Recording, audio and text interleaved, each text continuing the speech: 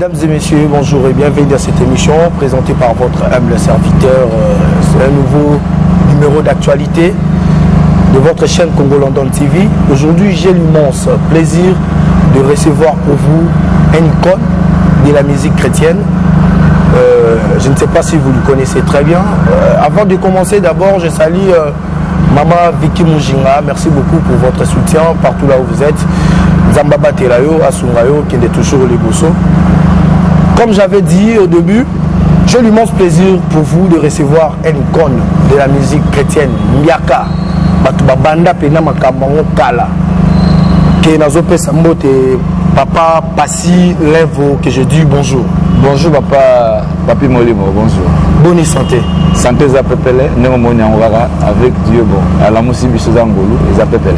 Mesdames et messieurs, comme vous le voyez très bien, on est là présent avec Papa Passi Levo. Je ne sais pas si le pasteur, il va nous expliquer, mais avant d'abord de commencer, vu que Aza, artiste chrétienne, Tozo Bandanamo, le Sambo, Batouba Olanda Bisso na Bandaku, émission na Bisso Kande Bandara, l'auto Bandana le Sambo, pasteur.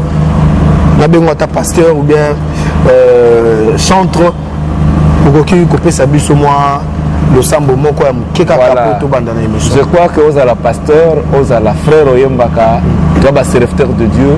Ba musuba mona so benge frère et froissé mingana mona rango, ils ont importance té. Et je crois que pour témoigner na respect nzambe, oyebi que soko to mokonzi na likolo ya seto zoko honorer bango.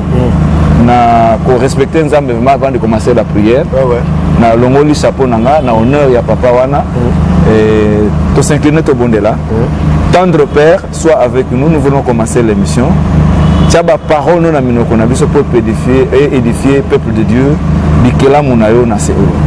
Nzambe banda na biso, chemin na biso, tia onction na yo poto koloba et sunga biso na kombo na Yesu nde to bondi botobi. Amen. Amen. Mesdames et messieurs, fidèles internautes, merci beaucoup pour votre fidélité. N'oubliez pas de vous abonner. Abonnez-vous massivement sur votre chaîne Congo London TV. Tozo Linglawa, na ba commentaire, na bino sala rabiso bien pour biso peto se retrouver.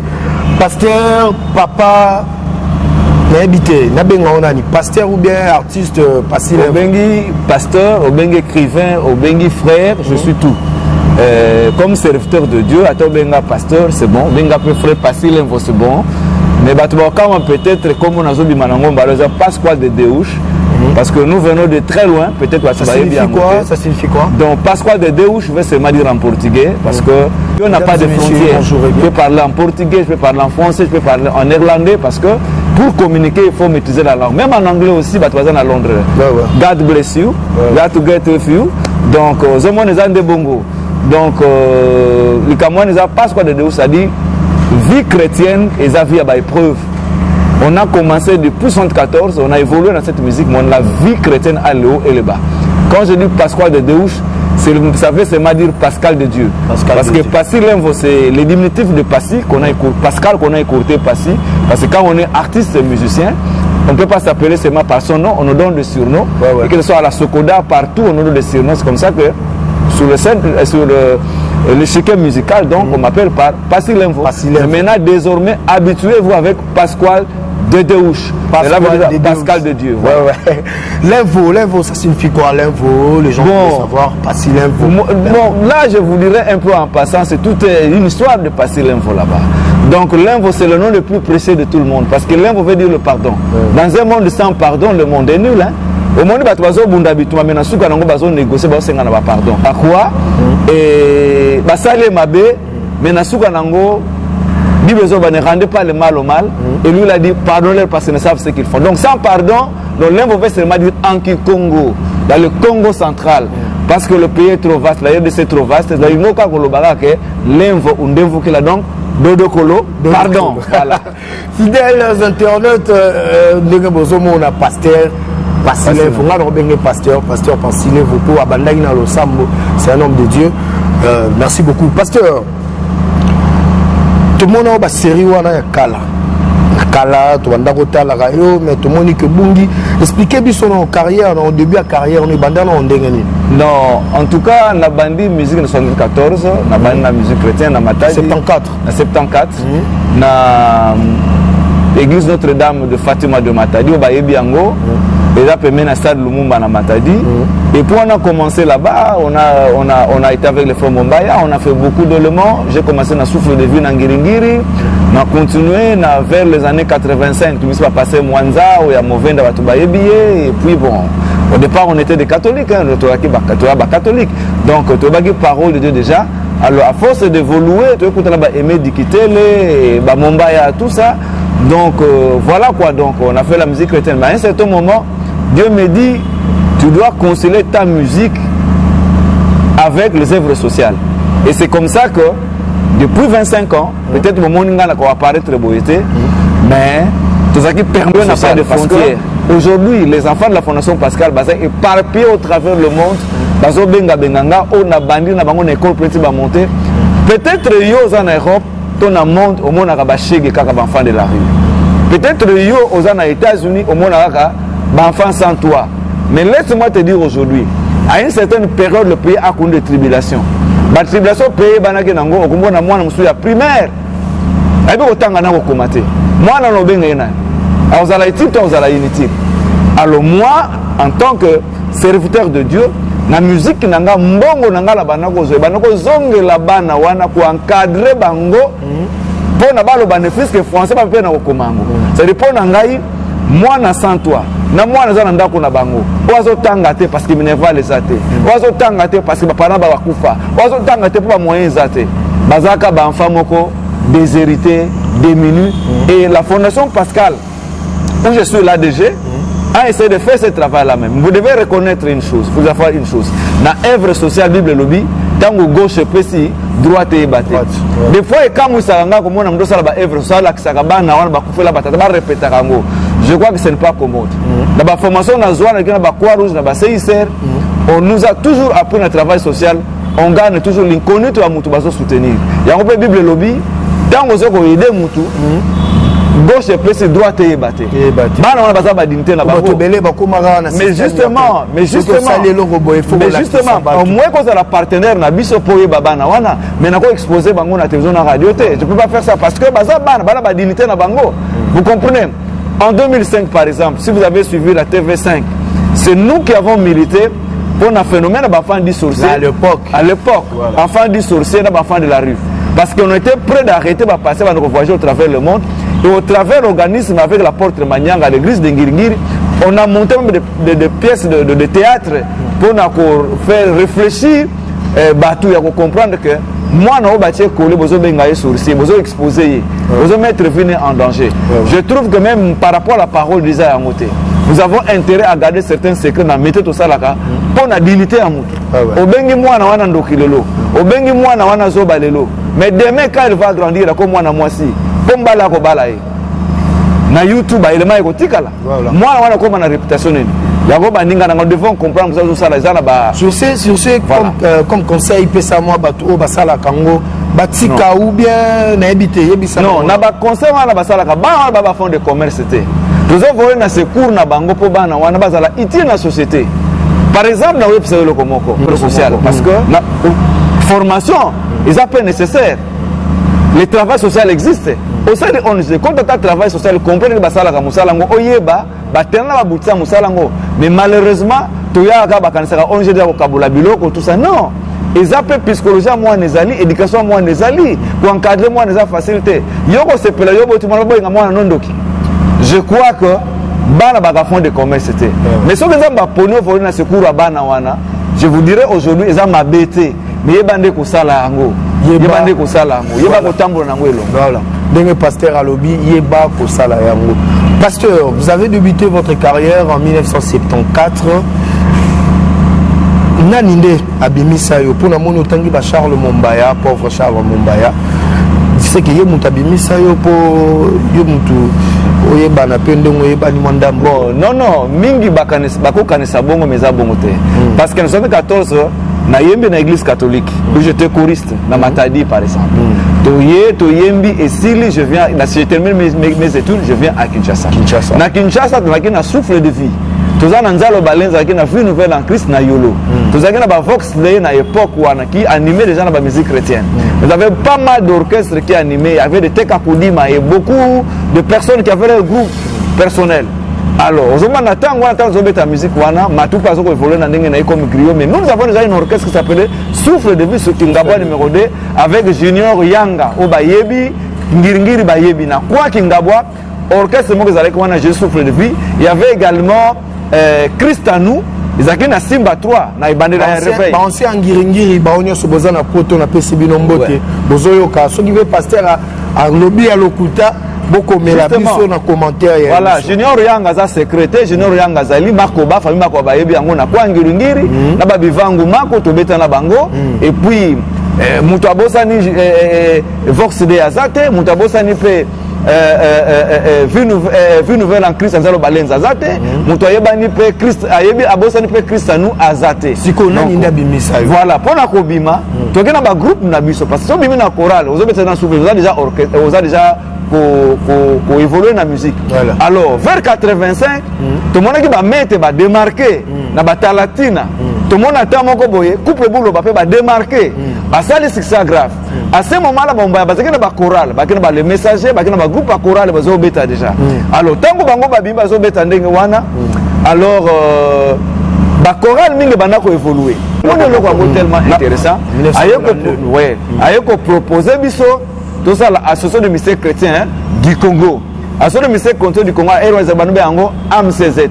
Association de musiciens chrétiens du Zaïre. Dans tout ça, ils ont bongo ba leader ba groupe ba ya ko association de ministères chrétiens pour ba tombo l'association wana. Dès que ça une chanson phare qui s'appelait Nkembo na Yahweh. Alléluia, tokumisa Yesu Masia. Ozana Nkembo na Yahweh na sepeli kolo. Biso ba to sala yango. Ils allaient faire de l'ance musique chrétienne. Et beta makasi. Voilà, yangonde ekota la ba presque na monde entier. Na monde entier. Na kata album wana ngana sala kinzoto. Oh nzoto nzoto. Oyoke singa isoni. Oh nzoto nzoto.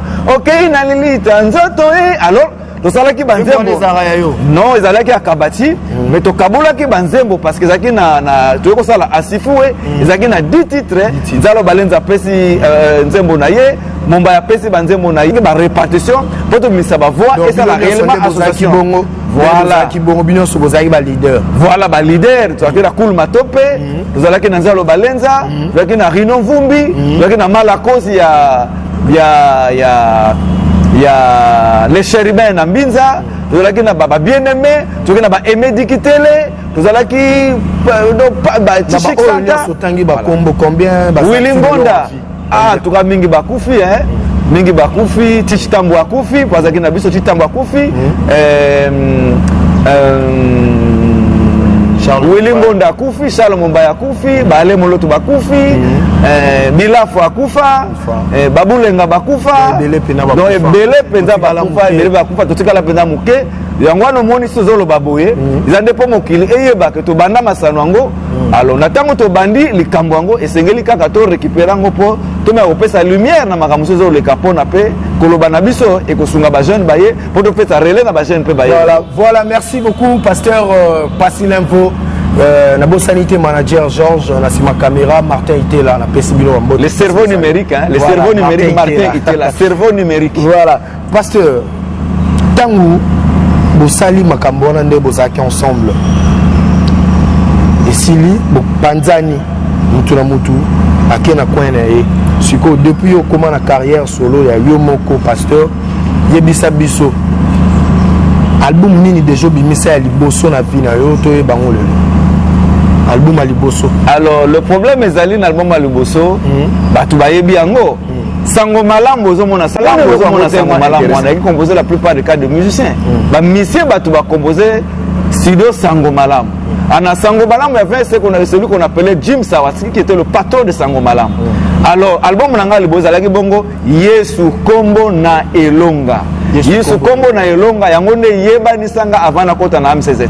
C'est-à-dire Yesu Kombo na Elonga ezalaki oyo nazo ko enregistrer studio sango malamu Jim Sawasiki a surprendre nga en pleine émission pe ba lokota yango sango na 92 93 ezalaki Yesu Kombo na Elonga alléluia alléluia makila na iweko kangola mpeko bikisa alléluia nakobanga eloko te yawe mpoza lisolo elonga na ngai na mikakatano na ngai nyonso nakobelela kaka kombo na yo nakobanga eloko te yawe mpoza lisolo elika na ngai soki ozali kati na ngai nga namoni te oyo ya kolonga nga vala ezalaki premier album na ngai oyo ebanisaki ngai mingi mpe a partir na album wana bambongo nyonso nazwa ekota mpona koencadre baorphelin na baveuve mpe yango wana bana baza éparpillé au travers le monde nazopesa bino mbote bino nyonso bakeliane na Paris bana mwana na États-Unis Sylvie Londa na Paris boza ebele nazangi bamo bozola na ngai nzamba pambola bino mingi. Ouais, pasteur Pasilevo l'album nous a liboso collaboration na ezara na banani. Bon, collaboration à liboso on a justement tombé bien. Collaboration à liboso ezali bongo na professeur Madima Romain, Charles Romain Pichurch na Matadi, il est maintenant un grand professeur aujourd'hui na UPN. Romain et Charles Moulongo Madima Nazo Pesombote. Il y a aujourd'hui Charles Mena qui est parmi les responsables de la na Congo central. Nazo Pesombote Bangonde ba accompagner nga Charles Mena d'ailleurs avec une guitare dans l'album wana et puis Romain accompagner Kingai et puis qui encore Bivangu Maku Lili Mboso ba accompagner Kingai. Il y a aussi le grand frère l'ami propre Pepe Kibala, les gens de London, la musique chrétienne, Pepe Kibala, Pepe Kibala. Donc, bazaba oyo ba accompagner dans l'album wana pe sala makambo nango na tango. Pasile vous mesdames et messieurs, émission na bino zo continuer Congo London TV. Lancez Ngabino toujours beau s'abonner, abonnez-vous massivement, ceux qui s'abonnent au telle émission, au commentaire na bino wana et ça la rabis. Malamu api molimo PM yeyo. Pasteur, tu es dans l'actualité. L'actualité, tout le monde album Yassikezali copilatif. Ou Bettina Maman Sylvie Londa. Laïsa Roberto. Laïsa Roberto. Voilà. Ce que tu as évité, album copilatif, ça veut dire quoi d'abord? Bon, copilatif, c'est la fusion, il y a une œuvre, il y a 3 grands artistes, au plutôt que Bouyebaki Bangome, Boulobelamo Mingite. Papi, je voudrais vous dire une chose. Ce que les autres ont difficulté à Koloba, parce que nos collègues, il faut ne parler pas des autres. Parce que Matou a collé ka Yebinga, jamais qu'on s'aime sur ça à s'en passer nanga. Voilà. Deningo de qui me suit que je salue aussi à Yebiango. Rinon Vumbi que je salue aujourd'hui à Yebiango. Nazo porté bien dans mon thème nangai. Alors je voudrais pas parler toujours de moi-même. Je voudrais ma collègue nanga oyakala, oba vandi ba na poto, awa baza suko mo anate. Ba yeba ke baza de mes na biso penga nazo porté bango na motema. Rinom Vumbi tu me suis. Koul Matope na Gabon tu me suis. Bino se bozo landangai. Je vous porte dans mon cœur. Yango na mona ki Sylvie Londa zawa bimi na kati ya Motema Africa. Orchestre nanga Motema Africa ozaki Imerin Roshi à l'époque. Abime pananga. Nakoko kozanga muna mwana ngate. Azana Paris Sylvie Londa je te salue aussi. Roberto Laizia Malemba Azana États-Unis. C'est un grand parmi les grands de la musique chrétienne. Peut-être batu ba yebiete ba ki ba héros dans l'homme. Je vous porte dans mon cœur. Na lingi banzembo na bino ebeta. Pour jeunesse oyo yelelo. Baye babino to passer les relais na bango. Yango na sali coopératif oyo. Eza par exemple na problématique. Il y a parité. Il y a parité nzembo ezali parité bokoyo kango. Extrait nango kaka to kamo extrait wana eza matata, eza matata. Extrait eza pena matata. Mama Vicky Mujinga sengi to ka. Non, extrait wana eza pena matata. Za bongo parité, hein, ozui libala batela. Vous comprenez, ozui libala batela. Na kolo bango mingi te mais œuvre ezali boko découvrir ngo bino moko. Ozui libala. Voilà, batela. Parité. Elingolo bate konyata mobile na ndako. Ponzamba sali mwasi na mobile. Na kata ndako libala mobile nda supérieur. Mais ça la raison la compétence na musala. Compétence ya musala na yo memanda muna famille okabusangisi na mobile na yo bosali foyer. Mais akonyata mobile wana nzambe aza contre ngo. Aza contre ngo. Pesa mbali respect ya ngwende kosimbo na libala. Linga yeye pa linga yo bo lingana esa le loko. Voilà. Alors Laïsa yembi nini? Laïsa yembi sakana mwana. Ozo sakana, ozo bosa na peut-être ozo jeune tango sala. C'est copilatif oyo soge bimi. Mais ça makam to lo batake to bara kindoke ezala. Ya nzambe kindoke nzambe. Mais Dieu est le sorcier des sorciers, il est au-dessus des sorciers non? au-dessus de magicien, le Dieu de Dieu, le roi des rois, le tout-puissant. Voilà, the King of Kings. The King of Kings. Voilà.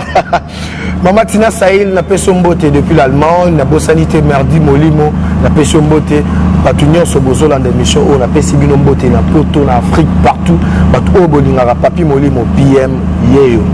Naza partout dans les réseaux sociaux, dans Zali, dans Congo London TV, dans Instagram, dans Facebook. Bolandangai, ce qu'on s'appelle l'émission comme elle est dans Instagram, Betika Papi Molimo, PM, tout ça.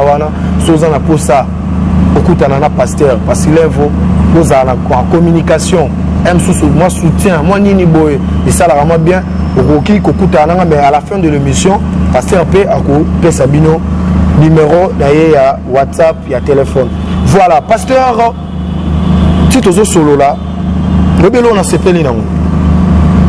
Bino ba ancien. Vous avez la facilité mon boé. Il y a autant à bakombo ya bato bo collaborer, bakombo ningi comment les loboé, au monde appena artiste chrétien na mutu mususu pasteur boy na pasteur boy rancune mais bino pena na mona ningo zotanga na amour wana ningo zo bo porter bango. Mais lelo makambo komi boye ndenge nini. Non, je vais vous dire une fois lo ko toke bino. Et ko etike bino. Quand nous avons commencé la musique chrétienne, moi j'ai des images à la maison. Donc ezala que so mumbazo beta to sangani biso ba ko système uninga. Lelo sko ezala. Tanga nazo beta nga Alain Moloto avandi na ba azonda concert nanga. 95 96. Azonda concert nanga. Et ezo de kana ba émission ya chaîne à Coutinho. Bamushaba bazawana, mama tuzwana zawana, Liza zawana, Eugénie lelo bazawana, Barino bazolanda, tozo ça du boké, donc tozo salisana. Musique chrétienne na musique végétarienne papa. Musique chrétienne na musique aux comique de sanza basanini atombola. Donc secret na biso na tango kezaki prière avant que nous beta tozaki ensemble. Combien de fois to kota na liziba? Ko luka nzambe po to beta ba concert to beta na centenaire a posa centenaire e bukana yebisanga baba ba beta na concert centenaire po se bukana to beta na fait la musique 1 fait la musique 2 plus de 80 000 personnes 80 000 personnes 80 000 personnes que nous on a fait la musique 1 fait la musique 2 avec Philippe Lubasu yebisanga qui a déjà fait ça nazo comme inventé mais alaki qui ça se a mobilisé.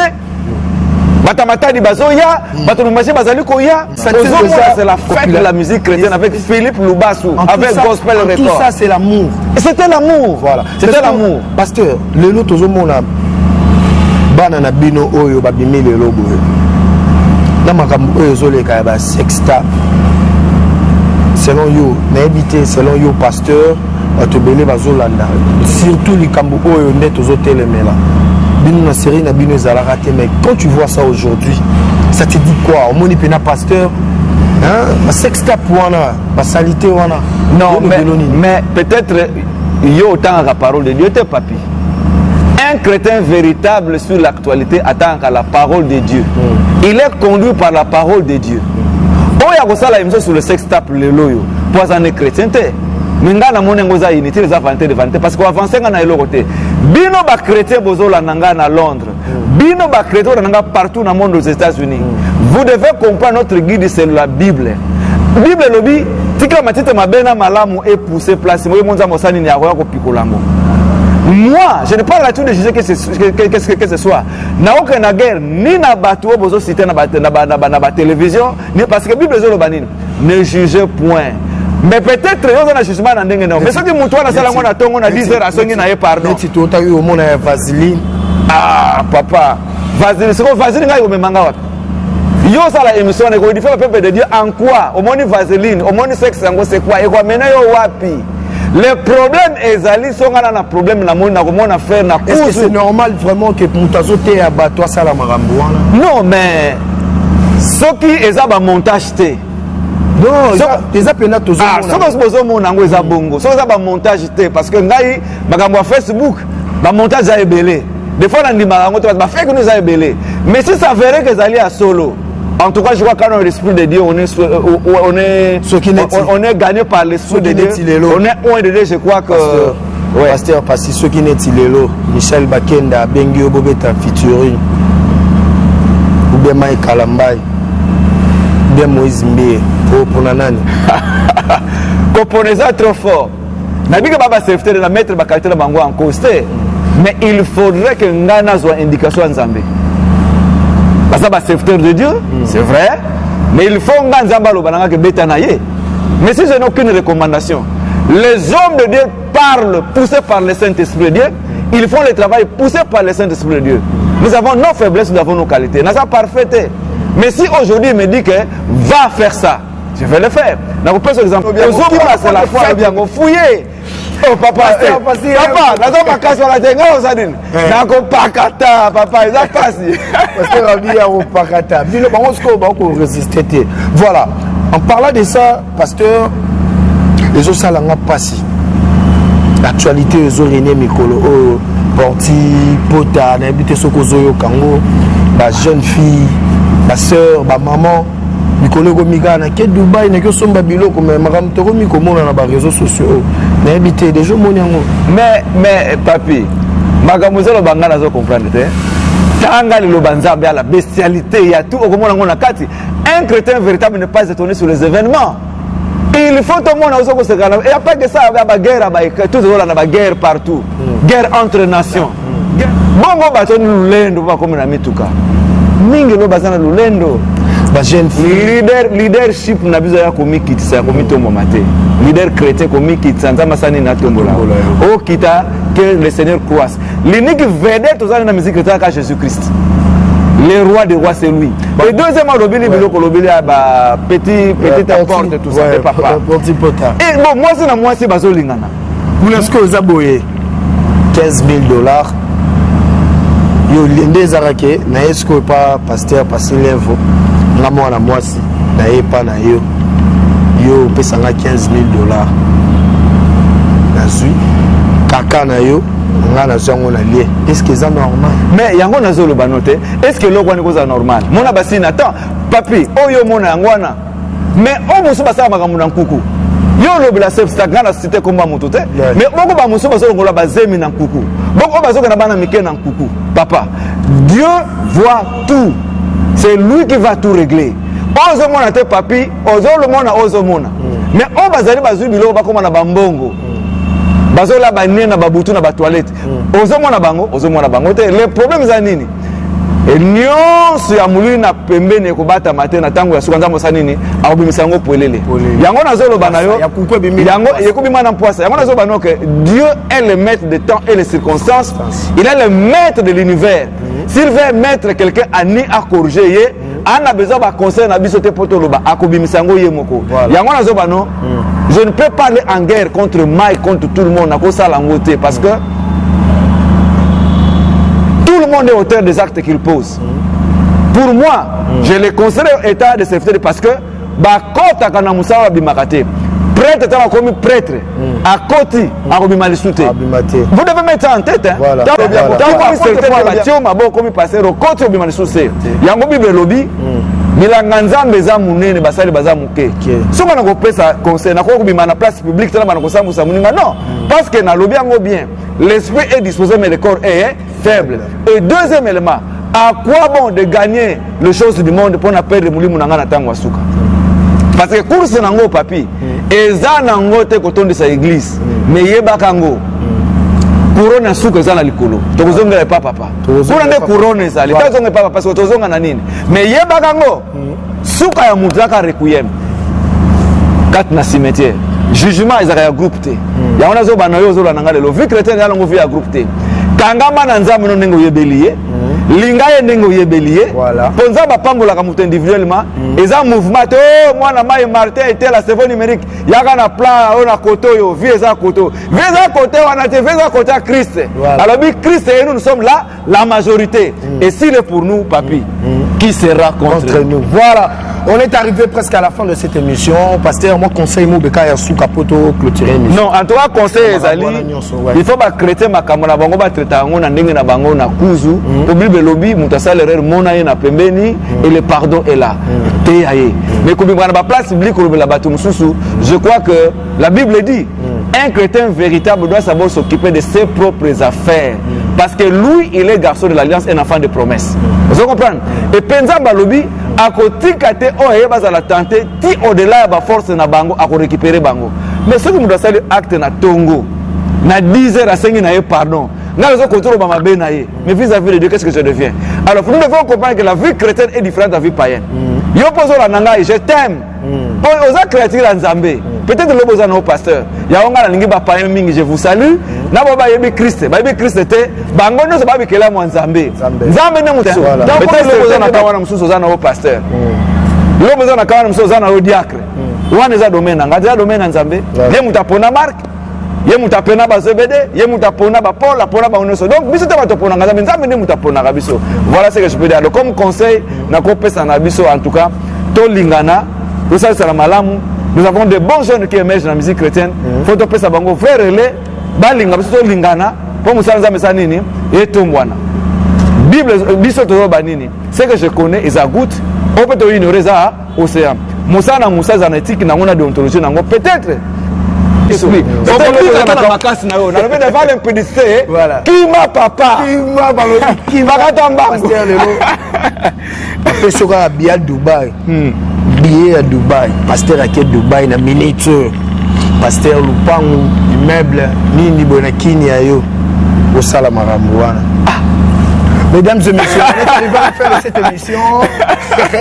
On est arrivé à la fin de cette émission. Bon, c'est une mission des Alara, pasteur Pasilevo, Yeyo. Projet Morosa Trophée, merci mon Amboka. Merci mon enseignant, tu vas le prochainement. Bazo qui m'a dit, bon, ça les. Bon, bien déjà.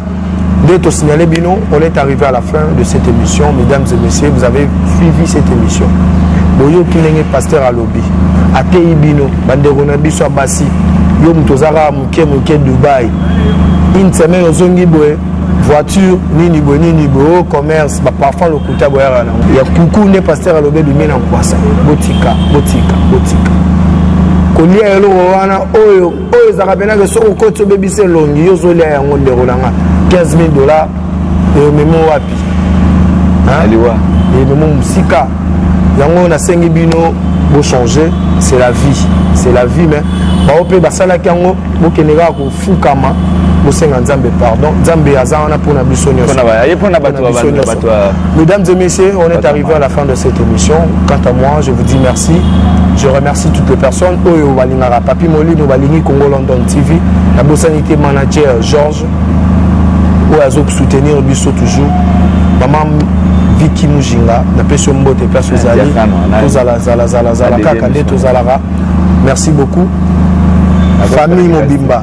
Il y a Congo London, la Pessibino, merci. Tozalara, tozalara. Bon, moi, on est dans le bateau Djali, pasteur. Habité moi ba dédicace car Zalara parce que moi j'ai déjà clôturé. En tout cas, voilà. Papi Molimo na dédié émission na passé Dakar qui mon manteau batanga maboko. Oya kufi na matadi en plein travail. Vraiment Molimo ne peut mana esengo. Mes condoléances na église Manahaim, mes condoléances na corps du Christ à RDC Mobimba, mes condoléances. Alors Roitelo Lubokolo nazo pesa bino ba salutation. Godé na mboka Belgique na pesa bino Passi Wilma Lubokolo. Ouais. Sylvie Londa na Paris. Vraiment ba salam na trop. Roberto Laïs na États-Unis. Na mwana. Ah, Tony Matondo na États-Unis. Ba salam na trop. Ba donc et le balango wemba yo moko nazangi mome comprendre kaka yenge kaka na losambo to sukisa parce que voilà Nzambe na pambolo za lokumu po émission comme na suka Nzambe tikete émission oyo eko na ma bele ya malamu ebo tambuma pe batu ba yoka ngo basala édifier. Merci pour banaki na bisukisa na bisuna comme nous sikuto bino mokonji. Merci Seigneur Jésus. Merci Seigneur Jésus-Christ. Amen. Ciao. Merci.